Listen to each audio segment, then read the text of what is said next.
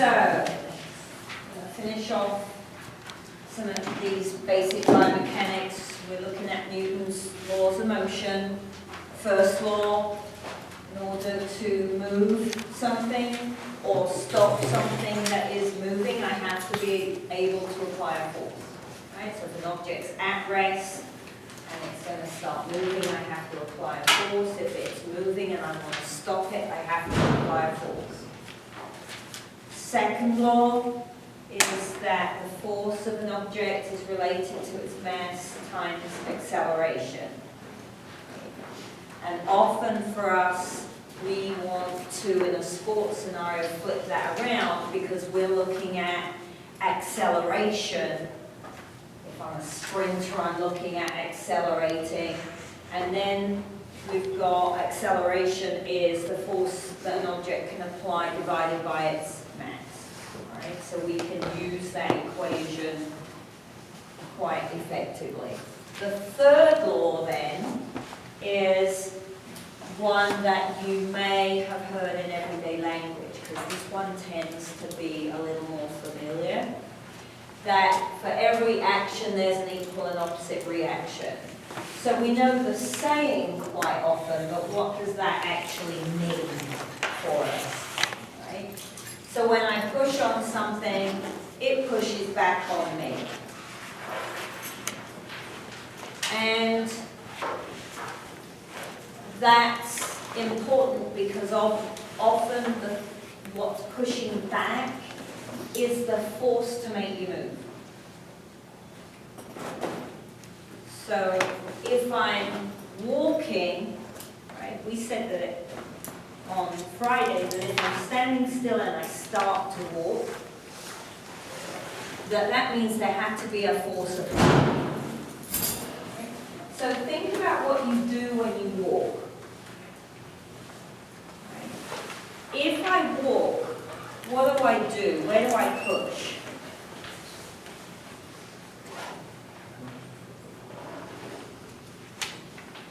Where do I push? Okay, so I push off my back leg in order to move forward. Right?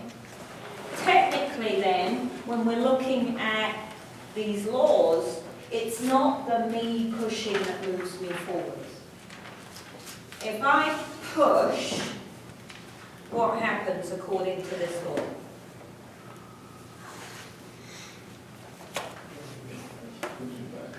Right, the floor pushes back. Right?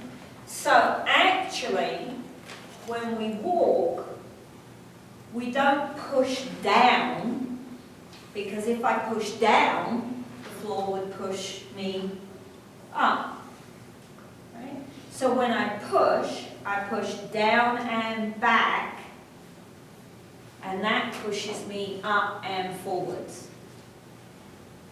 Okay? So actually the force that's being applied to make me move from rest is the force from the floor, the reactionary force from the floor. Okay? That's pretty clever. All right? If I just push down, what action are you going to see from the outside? Not going to be walking if all I do is push down. What are you going to see? A jump, right? Because if I push down, the floor is going to push me back. And if I push hard enough, the floor will push back hard enough to get me off the floor. Make sense?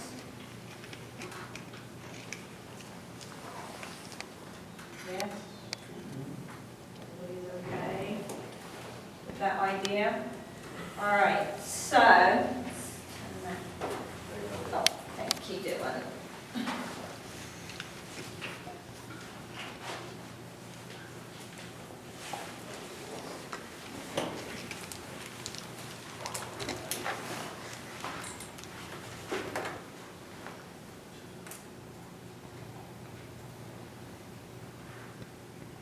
So we've got a couple of things going on when we look at running. One is that the force applied to the floor has to be strong enough that when the floor pushes back, it lifts you off the ground a little bit, right? Because running is only running, and that's a little bit dodgy. I think if we slowed this down, I'm not sure this would technically quite be running, but running is only running if there's a flight phase. Why are you seeing him be careful and not running full out? Because I expect they told him to run fast. Floor is the floor. The floor could be slippery, right? There's going to be a wall at the end of the room. He doesn't want to run into the wall, so you can use this and think about your constraints as well. Right? So you've got some oppositional movement going on, and for every action there's an equal and opposite reaction.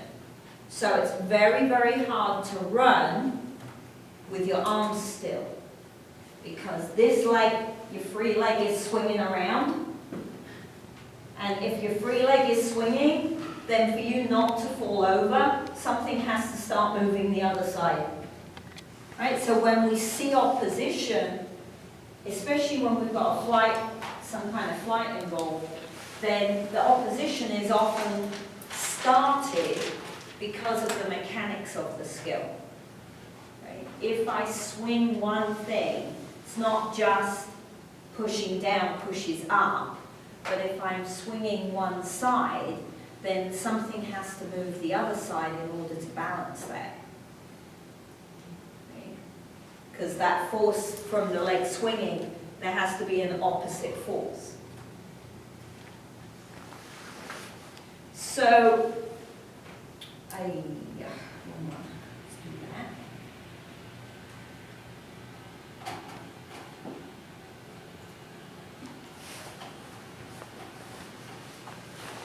Here, this is our girl jumping.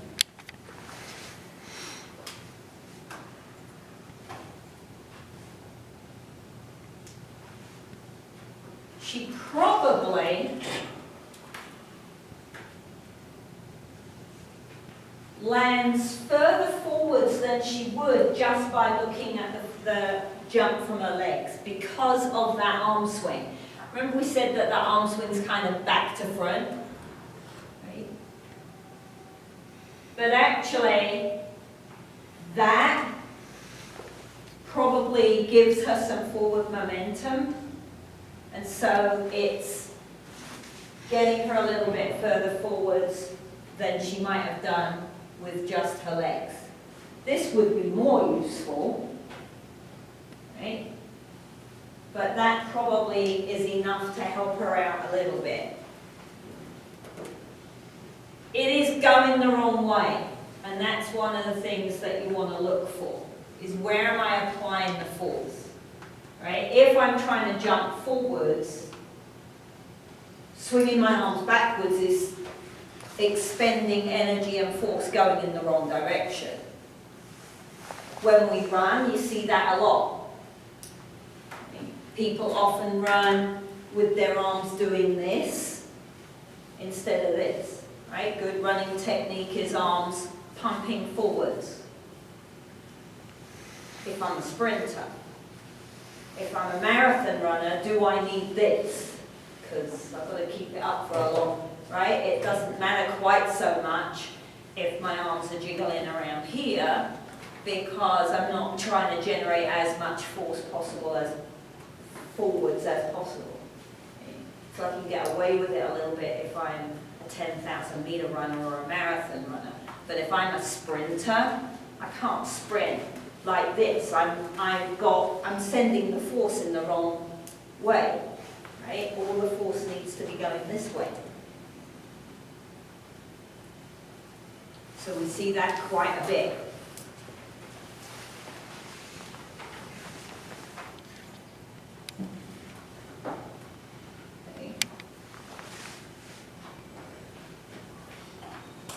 So that arm swing is not very effective when the goal of the skill was to jump forwards.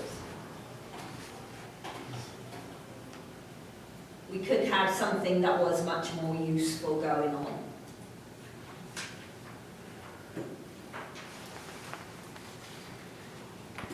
Okay. So, you want to apply the force in the plane, in the main plane of the movement. Okay. So, when you do biomechanics, they'll spend lots of time teaching you planes and axes of movement. The plane is like the sheet of glass that I'm moving along. That's right. And what I want to do is try to make sure as much as possible that I apply any force along the plane of motion that is the primary point of the movement. So arms on a tennis serve, I suspect, well, no, we're not going to see a serve, we're probably going to see an attempt at a forehand.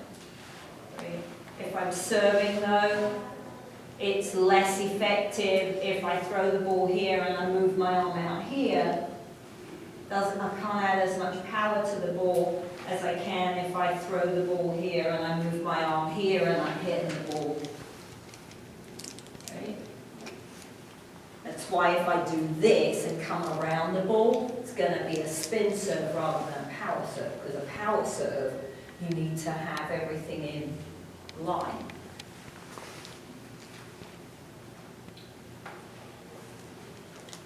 So let's see what they give us here and see what she's up to.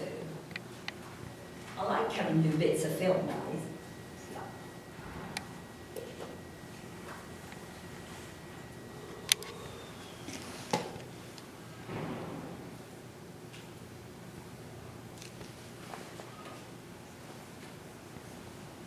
Alright, so at contact with the ball, I would say most of that swing is forwards.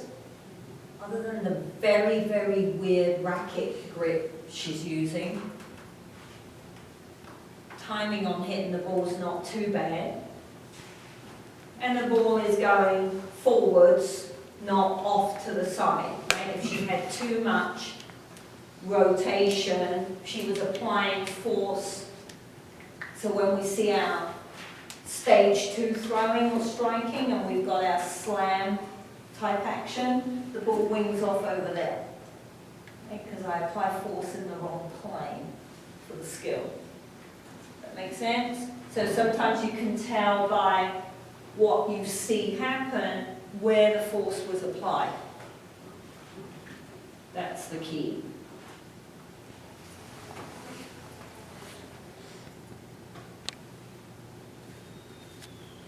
Question. Sure. All right.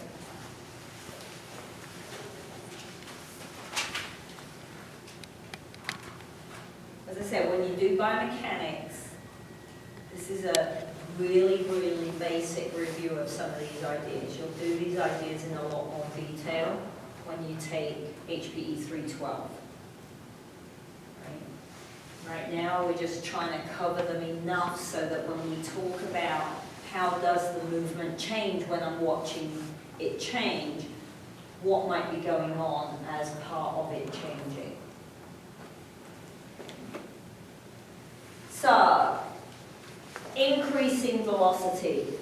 That's something as coaches, movement people, we're often interested in. I want to make something move faster. It might be me, I need to move faster, or it might be I need to project an object faster. So in order to increase velocity, if I'm projecting an object, so if I want that javelin to go way, way further out, right, then I've got a couple of options. Okay. Linear velocity, so velocity in a straight line, can be achieved by applying rotational force. So you've got rotational velocity multiplied by the radius that you're rotating around. Okay? So if it's a circle, so if you look at the circle on the back, right?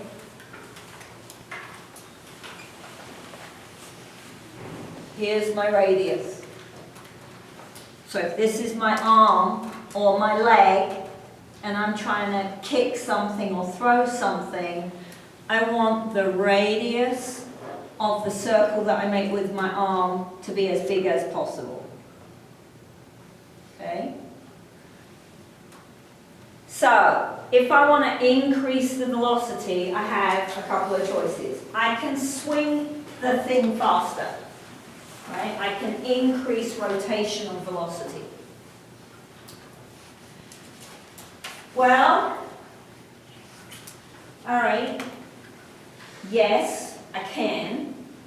Often though, I can't impact that straight away because increasing velocity, swinging it faster, might mean I need to be more flexible, or it might mean that I need to be a lot stronger because maybe I'm swinging it as fast as I can given the force I can apply to it right now, right?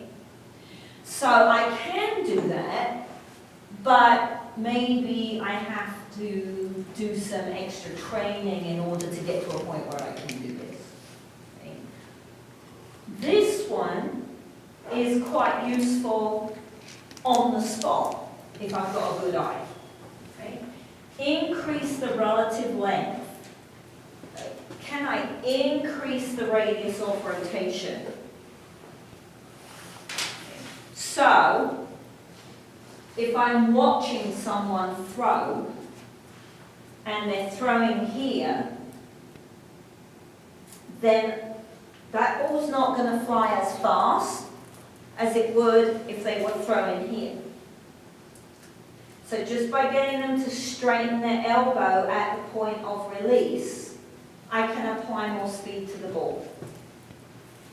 So if I'm watching carefully, and I'm paying attention, all I have to do is go, okay, straighten your arm. Right? Let's time straightening your arm, because there's no point in straightening your arm after you've released the ball. Right? Straightening your arm too early doesn't help much either, because now I increase inertia. Who remembers what inertia is? What's inertia? Talked about inertia on Friday. What's inertia? What's the resistance to motion? Very good. The resistance to the motion. Right? So if I straighten my arm here, I've got more of my arm that gravity can pull on. Right? I increase the inertia by increasing the length of my arm. That means I have to apply more force. So I don't want to straighten my arm here, and I don't want to straighten my arm here. What we want for the best effect is the arm to straighten right at the point of release. So if you watch a really, really good quarterback or a really, really good pitcher, and you slow it down, that's what you'll see. Okay? And it's an easy-ish, depending on who you're working with. Right? If you're working with someone that has a lot of experience at the skill, it's an easy-ish fix on the day to put right. It's also something that can go wrong quite easily, right? My timing's off a little bit today. Often when you get that, it's because their timing means that arm straightening is occurring just fractionally out of sync where you want it. Same with serving, volleyball serve. Right? If I'm going to do a volleyball serve, I want to make contact with the serve with my arm as long as possible. Make sense? Right? So most of you probably play some kind of game where you can think of an instance that is relevant to you. Okay. I could give you a gym example, but I don't think any of you have enough experience with gymnastics for that example to mean anything. All right? Because it would be to do with swinging around bars and release points, and I don't think it would help. But if you think about it from a throwing or a kicking perspective, most of you probably have a picture in your head where you can see that happening. Okay?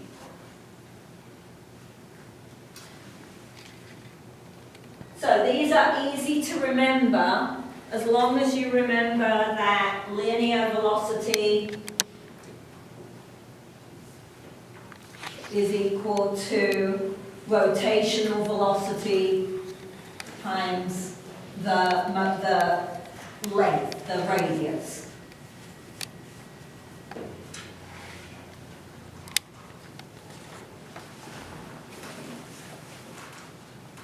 Because then if this is what I'm trying to impact, linear velocity, I want the ball to fly faster, I want the javelin to fly faster. I want the ball that I'm kicking to go faster so it's harder to intercept. Okay? Then rotation and radius are the key. So you can say you're not strong enough just by changing the ways in which you can accomplish something even though you're not strong enough? Yeah. And then obviously the ideal scenario is, can I change the technique and make this person stronger and or more flexible? So can I alter both factors, and then I really see a large impact in velocity. But making someone stronger or more flexible generally takes time. Particularly if you're not working with a competitive athlete, if you're working with a PE student, then they may just be doing it as hard as they can. So that, you know, that's, you can't correct that.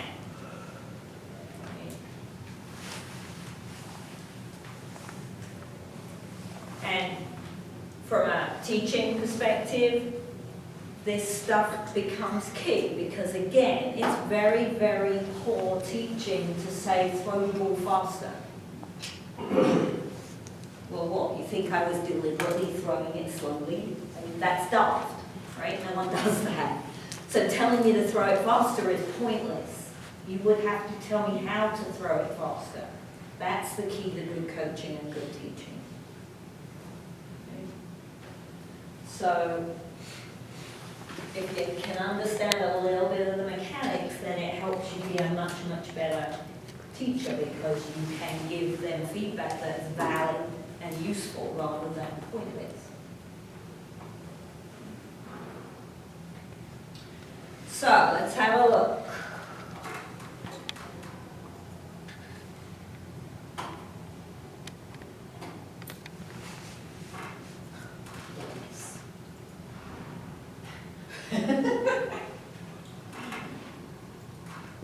Right? Not a lot of rotational velocity going on there.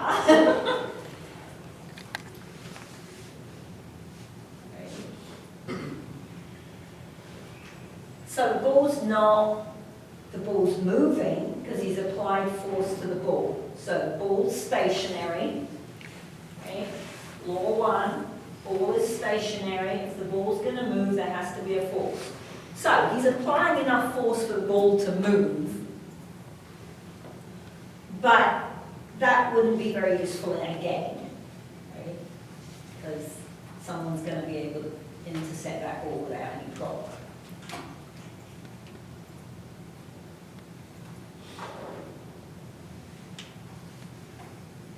And this is where I'm going to have to talk to Nancy Getchell and say these clips need to be able to be slowed down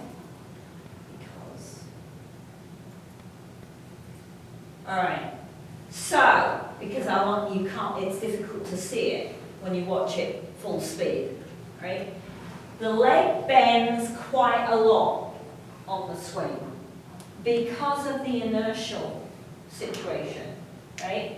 If I lift my leg up here straight, and I have it straight all the way through the swing, the amount of force that I need to be able to overcome that inertia is quite a lot.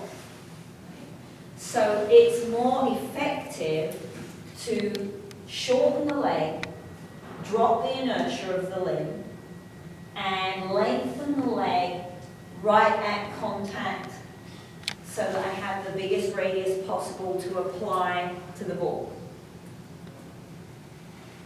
So try to see it.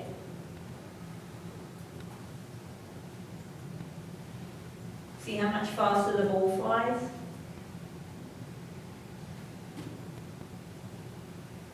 That's quite interesting actually, because that looks like a rugby kick or a goal kick in football rather than a soccer kick to me. Because he's going under the ball and the ball's lifting up quite a lot. But either way, you can see how much faster the ball is flying. And if we had the ability to slow this down frame by frame, you could probably improve his technique even more. He could have more shoulder rotation for a start, more arm opposition.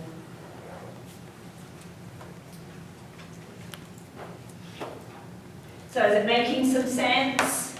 If you're trying to think about it in relation to what you do.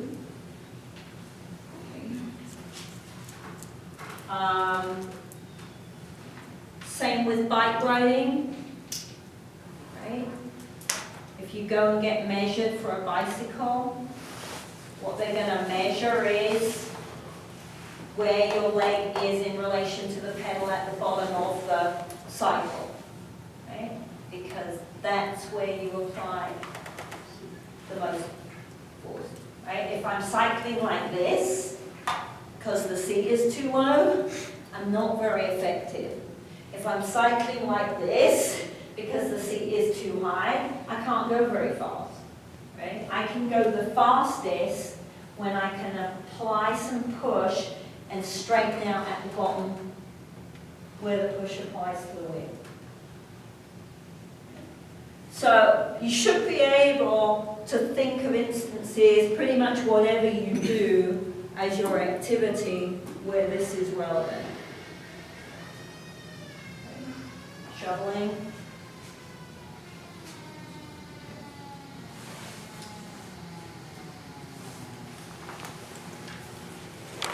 So if I'm going to make an object move, then I want to apply force for as long as possible. Okay.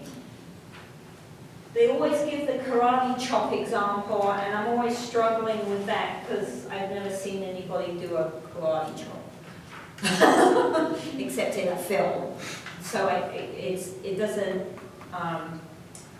work for my brain very well as an example. I prefer that we go back to the idea of the bigger the swing, the longer I've got to apply force to the ball.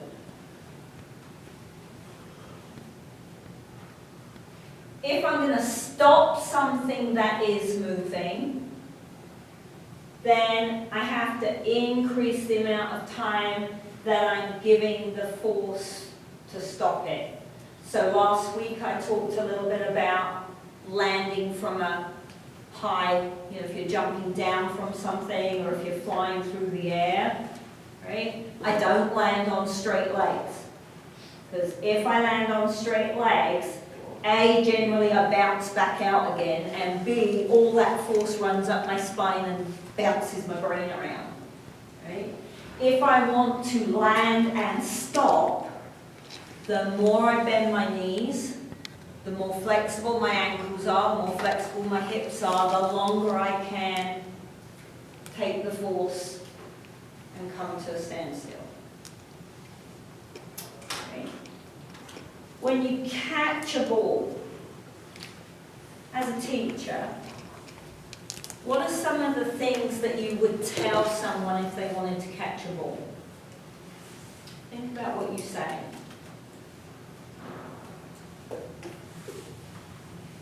What do I have to do?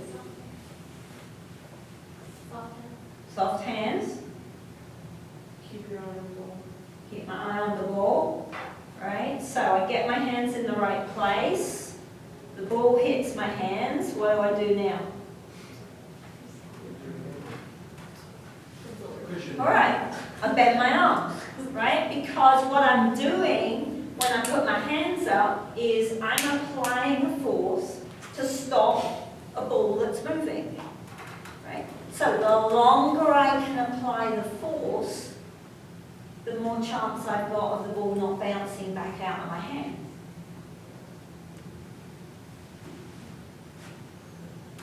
Yes? So that's something you do all the time. You know it in your head, you know what you would say. This is why you say it. Because the longer I apply the force, the more chance I've got of stopping the ball. And if I want to catch it and throw it, I have to stop it first to change direction. Anytime we change direction, there has to be a point in time where everything is at zero.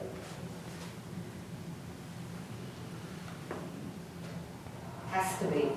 Because if I have force and velocity in this direction, and now I want force and velocity in this direction, at some point I had to go through zero. Does that make sense mathematically? Let me, okay.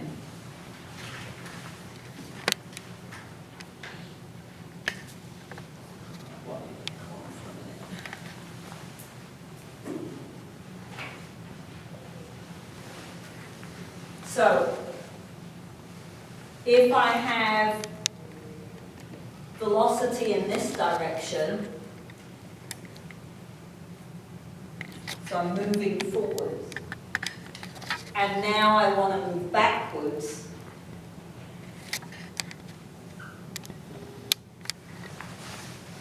at some point I have to stop in order to reverse the velocity. So you have to go through zero in order to change direction. So if I want to catch a ball and throw a ball, ball's going to change direction, I have to stop the ball first. That's all, right? It's not complicated ideas, it's just that the more you understand the math behind it, the physics behind it, the better able you are to coach it and teach it.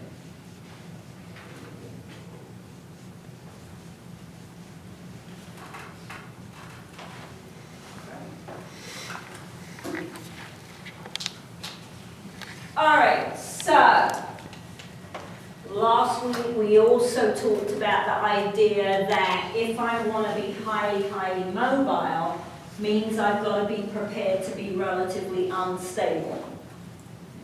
So we need to just define what we mean by stability and what is balance and what does that mean. Okay, so stability is my opportunity to resist moving.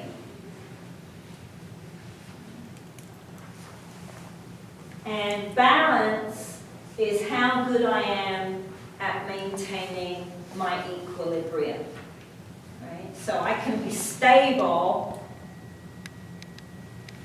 and balance means I'm able to keep that. So it has to be a trade-off. The more stable I am, the less mobile I am. If I want to walk and be highly mobile, I have to be willing to stand on one leg for a long time to take a big step. So 1 foot is much less stable than 2 feet. So when we're looking at the development of walking or running, and then we look at what happens at the other end of the lifespan as people get older, what we often see is that they make sure they've got both feet on the floor for as long as possible. So they don't lift their free leg very high, and they take very short steps so they don't have to stand on 1 foot for very long. Because the brain is trying to make sure that they're as stable as possible. If I want to walk quickly, I have to be on 1 foot for a long time. If I want to run, I have to be on 1 foot for quite a long time. Okay.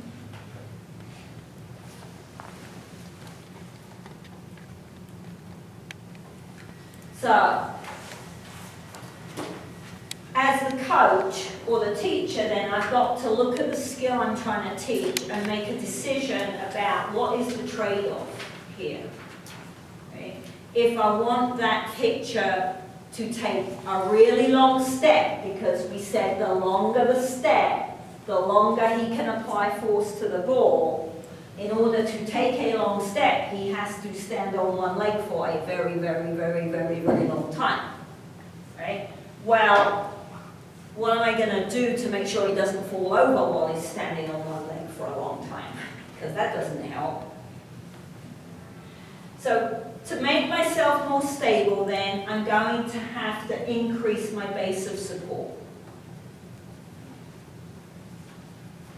Usually, our base of support is our feet when we're looking at sport, but not always.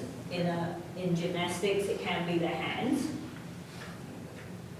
Do I want my feet close together, or only 1 foot, or do I want my feet planted wide apart so that I've got a big base of support? And where's the person hitting me from? Because if I only put my feet wide apart this way, and they come from the behind me, my base of support front to back is very small. So they're going to be able to knock me off. If I've got it like this and they're coming at me from the side, my base of support side to side is very wide, so I'm okay. So now what do? Do I tell them to go wide? Do I tell them to go wide and off so that I've got a bigger base of support front to back and a bigger base of support side to side? Depends what the next skill afterwards is, because here I'm kind of stuck. Right? I mean, I'm not going to go anywhere once I've done this. So if the next thing you want me to do is run really, really fast, I'm kind of stuck. Because I'm really, really stable here. I can't be really, really mobile as well. So what are you going to do as the trade-off as the coach? It's not a right or a wrong, it's not a trick question, that's what you've got to be thinking about. What's the point of being stable? What's the next thing that's coming? How stable can I make them if what I need them to be is mobile? These are all questions you have to decide. The other thing I can do is lower my center of gravity. Remember, our center of gravity is an abstract notion, but it helps a lot when we're thinking about this. So, coach says, bend your knees. Right? So it's not just going wide, it's also bend your knees. Well, the point of bending my knees is it drops my center of gravity all the way down. So that makes it much harder for me to lose my balance. Same thing in gymnastics on the beam, right? If you watch any gymnastics and they start to wobble on the beam, the first thing they'll do is that. Because I've got much more chance of pulling myself back if I get my center of gravity down low. So, increase the base of support, lower my center of gravity. And I want to maintain my center of gravity within my base of support if I want to stay on balance.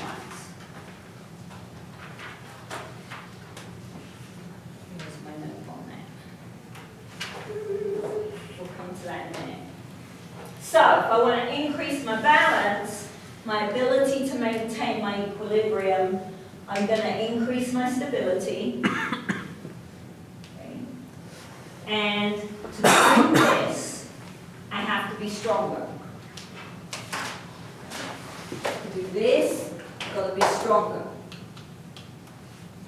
Okay. To get back out of here, I have to be stronger. I may need to be more flexible.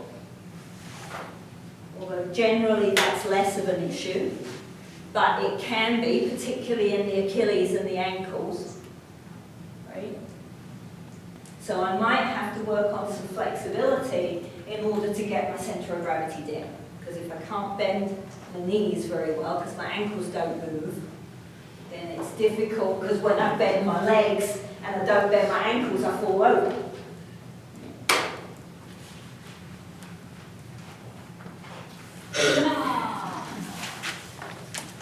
It's missing it. Okay, we'll go that one then. All right. So, to be on balance,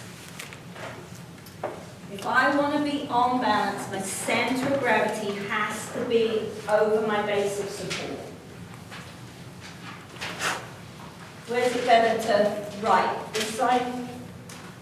Yeah, that's fine. Alright. So if I look from the top down, right, pretend that we've got a camera up here. If I look down at my feet, and I'm a really bad drawer, something like that, right? And I'm looking down from the ceiling, then my base of support